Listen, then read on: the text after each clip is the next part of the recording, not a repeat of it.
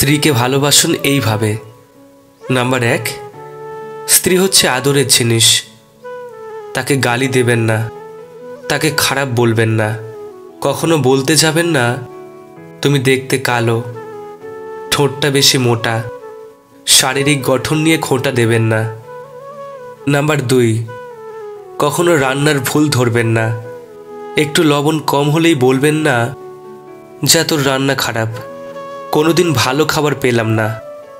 সবসময় প্রশংসা করুন, গালমন্দ করবেন না। নাম্বার 3, যখন সে আপনাকে নিয়ে ঈর্ষান্বিত হয়, কারণ সে অন্য সমস্ত মানুষকে রেখে শুধুমাত্র আপনাকেই বেছে নিয়েছে। অযোগ্য স্বামী চেনার 5টি লক্ষণ। নাম্বার 1, যদি আপনার স্বামীকে দুঃসময়ে কাছে না পান কিংবা প্রয়োজনের সময় তিনি আপনাকে সাহায্য না করে ব্যস্ততার অজুহাত দেখান, তবে জেনে রাখবেন এমন স্বামী আপনার মোটেও যোগ্য নয়। নাম্বার 2, তার কাজ বা কোনো আচরণ যদি আপনার মন খারাপের কারণ হয় কিংবা সে অন্যের কাছে আপনাকে নিচু করে, তবে বুঝবেন আপনি টক্সিক সম্পর্কে আছেন। নাম্বার 3, যদি কোনো বিষয়ে আপনার সিদ্ধান্তকে কোনো গুরুত্ব না দেওয়া হয় কিংবা আপনার জীবনের বিষয়ে সবসময় আপনি নন বরং আপনার স্বামী সিদ্ধান্ত নেন, তবে আপনার এমন সম্পর্ক সামনের দিকে না এগিয়ে নেওয়াই ভালো।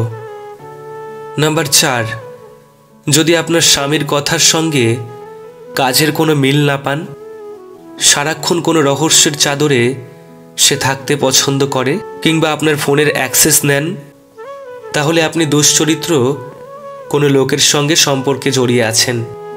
আপনাদের সম্পর্কে অবশ্যই কোনো তৃতীয় ব্যক্তির উপস্থিতি রয়েছে। নাম্বার 5, অসুস্থতার সময় আপনার যত্ন না করা।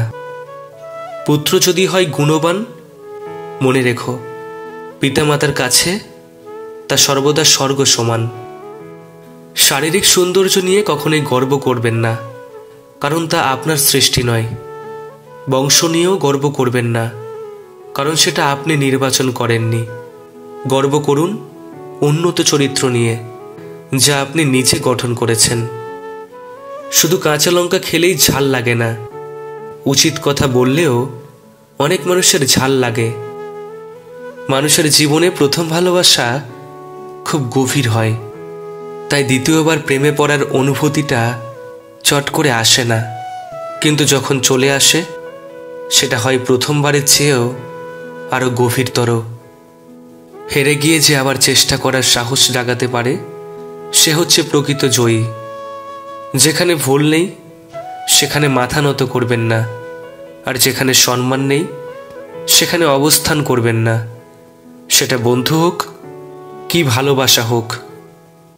অপরাধ না করেও যখন অপরাধী হয়ে যাবে তখন চুপ থাকাটাই সব থেকে ভালো, কারণ চিৎকার করে কখনো নির্দোষ প্রমাণ করা যায় না। জীবনে 3টি কথা সবসময় মনে রাখবে। নাম্বার 1, যে তোমাকে সাহায্য করে তাকে কখনো ভুলবেন না। নাম্বার 2, যে তোমাকে ভালোবাসে তাকে কখনো ঘৃণা করবেন না।